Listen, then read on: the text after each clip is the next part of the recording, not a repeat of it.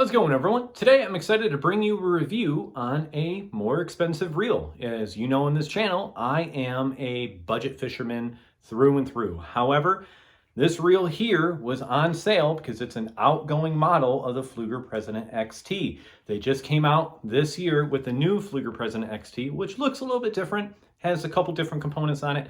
But this reel here is so widely available. It's on sale right now, so I would suggest if you want to get it before they run out, they are on sale for 60 bucks. Now, usually this reel is going to be $100, but right now it's on sale for 60. The new model does have one or two differences, and that's $100, but other than that, the two reels are pretty much identical. It's just cosmetically is what they primarily changed. The two, cosmetic is the primary change they made to the new generation of the PFlueger XTs. So, as I said before, that I am a budget fisherman, and the only reason why I bought this reel was because I needed a new ultralight reel, and this was on sale for 60 bucks, and I had a $52 gift, or $52 left over in gift cards, so I only paid like $7.30 for this reel. So let's go over, so before we go over everything in this reel, I'm going to tell you guys right now, I'm going to kind of review this with two different lenses on. I'm going to compare this through the $100 standpoint, comparing it to other $100 reels, primarily Shimano and Daiwa, because those are kind of seen or deemed as the best $100 reels. And bottom line up front, I'm going to tell you, they are not the best $100 reels. It's going to be this reel. But I'm going to compare it to those two reels, but I'm also going to keep in mind, or keep it in the lens of budget fishing, like I always do. Is this reel worth $100? So let's go over the basic specs of this reel. So this is the 25 size, which is a 1,000 size equivalent to Shimano and Daiwa and other brands. It is a 5:2-to-1 gear ratio. I forget how many inches per rotation that it takes in. It's lower since it's a 1,000. I want to say 25 inches, maybe 26. Don't quote me on that. Just look it up. It's got 10 ball bearings, which I'll go over where all the bearings are later in the video when I get to that part. And it is 6.6 ounces, which for a 1,000 size reel is really light. It's not as light as the $100 LT Daiwa. That's like 6.2 ounces, while this is 6.6, but it's lighter than the Shimano Noski. The Shimano Noski at a 1,000 size is, I think, 6.8, maybe even 7 ounces. So this is right in between the Daiwa LT and the Shimano Noski.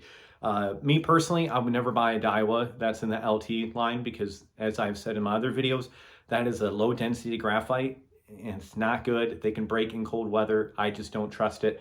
This here is using a C30 carbon graphite, which none of the other reels are using. So it has a really strong but light carbon graphite frame and rotor. But anyway, I'm getting kind of ahead of myself. As you can tell, I do really like this reel. I'm excited to talk about this reel. So let's go over starting with the drag system. This is a sealed drag system, which both the Shimano and Daiwa have sealed drag systems that better at $100. This is a multi-disc felt drag system. It also has carbon, I think at least one carbon fiber drag disc. I'm not a big fan of the carbon fiber drag discs. Yes, they last longer supposedly, but they're just not nearly as smooth. This reel does have smoother, or does have a smooth drag system, but I have felt smoother, I will say that.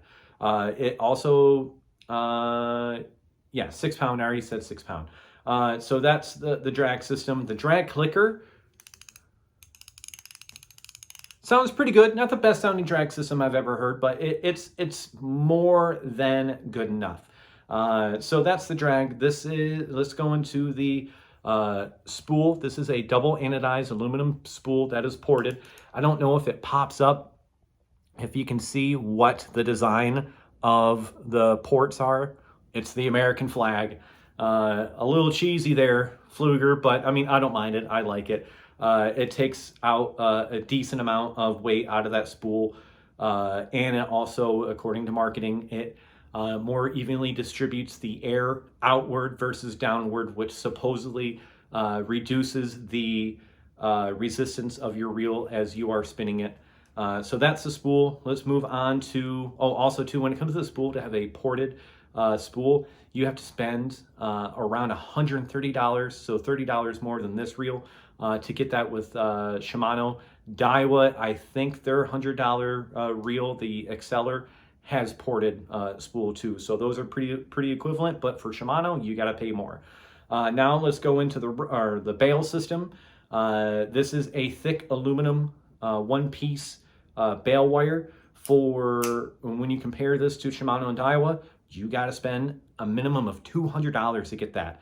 The Shimano Stratic, you do not get a thick solid or a thick one-piece aluminum bail until you get to the Shimano Stratic.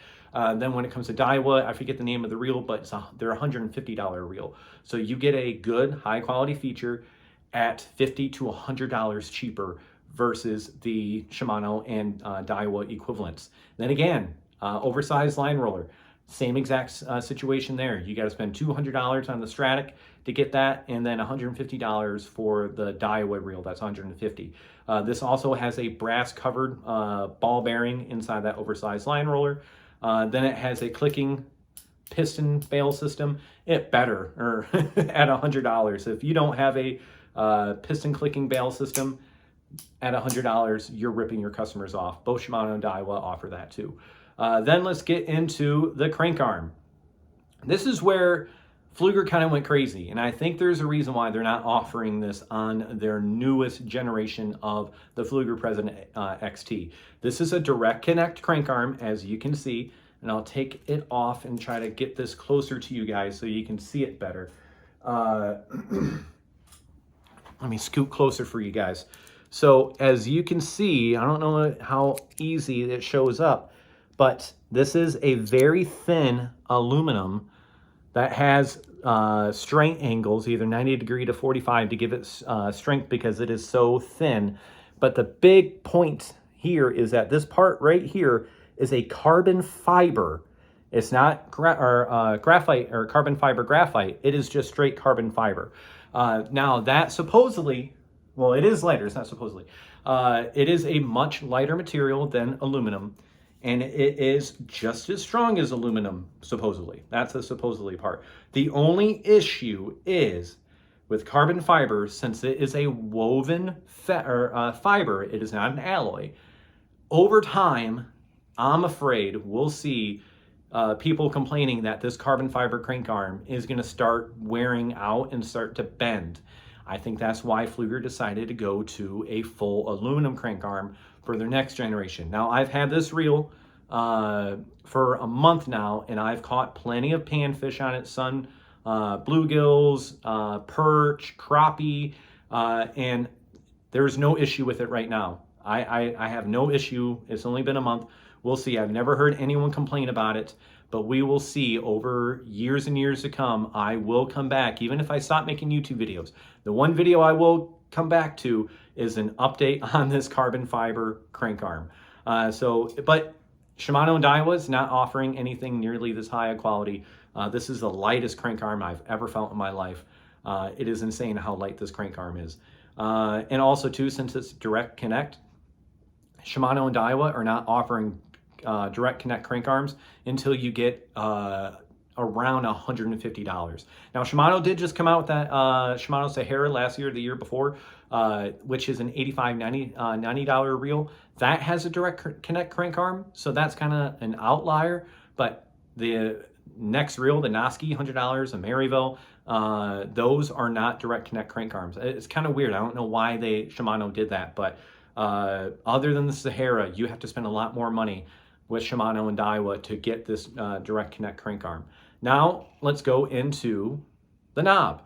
This is one of my favorite parts of this reel. I love rubberized cork knobs, and this rubberized cork knob is nice and thick and meaty. It's got a lot of surface area that's contoured to your fingers.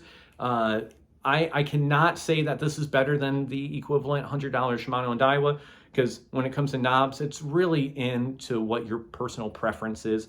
I personally like the rubberized knobs, but I cannot deny that Shimano and Daiwa knobs are some of the most comfortable in the business. They are really good. They pretty much perfected the design of a spinning reel knob. But I do prefer this knob here because I'm old school. I like the rubberized knobs, and it's got 2 bearings in it too, so it spins really, really smooth for a very long time. There's no play in this knob whatsoever, but it's still buttery smooth. So that's the crank arm and the knob. Now let's move into the internals of this reel. Now this is the only other part of the reel that I'm a little concerned about, and no matter what, I will do a follow-up review on this reel after I fish it for a year or two to tell you guys what the wear and tear of this reel is. So the reason why I say that is that the internals of this reel is something that I don't normally like to have in my reels, which is CNC machined aluminum gears. Now I love the CNC part. Rather Fishing and Pure Fishing started moving to CNC machined gears for both their zinc alloy and their aluminum gears. But it's the aluminum part that I am not a big fan of. Aluminum is much weaker than zinc alloy. Yes, it does feel better as you're reeling because it's a softer metal, and as those gears are impacting one another, you don't feel that impact because the softer aluminum will absorb that impact. So it feels a little bit higher quality. Whenever you hear someone talk about a cheaper baitcaster or spinning reel, and they say they feel a grinding noise, or a grinding feel to it, that's the impact of the zinc alloy gears impacting one another. You can feel it much more than aluminum gears. But the issue with aluminum gears, and you see this all the time with Shimano reviews, you will see people come out with reviews a year or two later, and they will talk about how the aluminum gears, in Shimano specifically, because they use aluminum cast gears, that they wear out. They do wear out much faster. CNC machine gears are a little bit stronger than cast aluminum, so we'll see how these gears hold up over the long term. But right now they feel great. Since it's CNC machined, there's no play. Look, I'm trying to move it. There's no play in that crank arm whatsoever. It's very, very tight fit and finish. So you got machined CNC aluminum gears. You have a aluminum spool shaft, which that's the other part that I'm a little nervous about. There's a lot of pressure that gets put on spool shafts. Usually you want your spool shaft to be stainless steel. This is aluminum. They did that to save weight. Hence why this is a 6.6 ounce reel. It's a very light reel for a 1000 size reel.